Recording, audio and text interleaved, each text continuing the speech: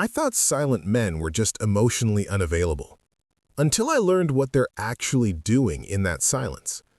My friend Alex hasn't spoken to his girlfriend in 3 days. Not because he's punishing her, not because he doesn't care, because he's running a full diagnostic on the entire relationship in his head. See, here's what people get wrong about men who go silent. They're not shutting down. They're processing at a level most people never reach.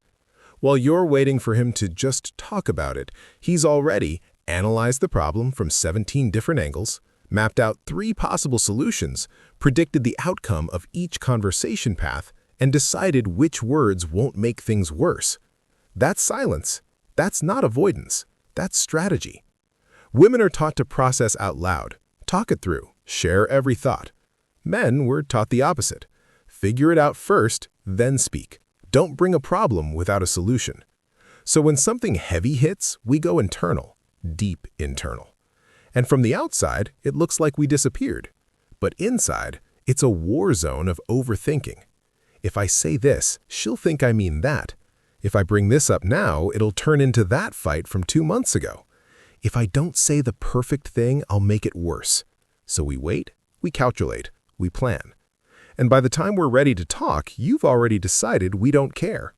That's the tragedy of male silence. It's mistaken for coldness when it's actually the opposite. But here's where it gets complicated, because sometimes the silence isn't strategic, it's survival. I watched my dad do this my whole life. Something would upset him, my mom would ask what's wrong. He'd say, "I'm fine." And she'd push, "No, you're not. Talk to me." And he'd retreat further, because in his world, showing vulnerability meant losing control, and losing control meant being weak, and being weak meant failing as a man. So he stayed silent for decades. Not because he was strong, because he was terrified. That's the dark side of male silence. It's not always wisdom. Sometimes it's just learned helplessness dressed up as stoicism. We're told, man up, don't cry, fix it yourself. So we do. We bury it, we go silent. And then we wonder why we can't connect, why relationships feel like minefields. Because we've confused silence with strength for so long, we forgot that real strength is being able to say, "I don't know how to fix this, and I'm scared." But that sentence, for most men, that's terrifying. So we stay silent, we retreat, we disappear into our heads. And the people who love us think we don't care, when really, we care so much it's paralyzing. The silent man isn't absent, he's drowning, and he's trying not to take you down with him.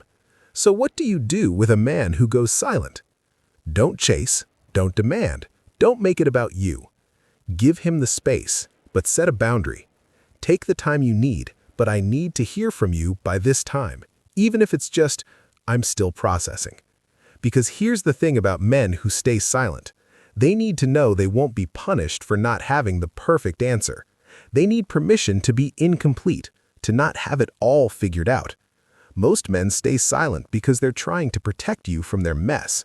What they don't realize, you don't need them to be perfect. You just need them to be present. Drop a comment. Are you the silent man, or do you love one? Let's talk about it.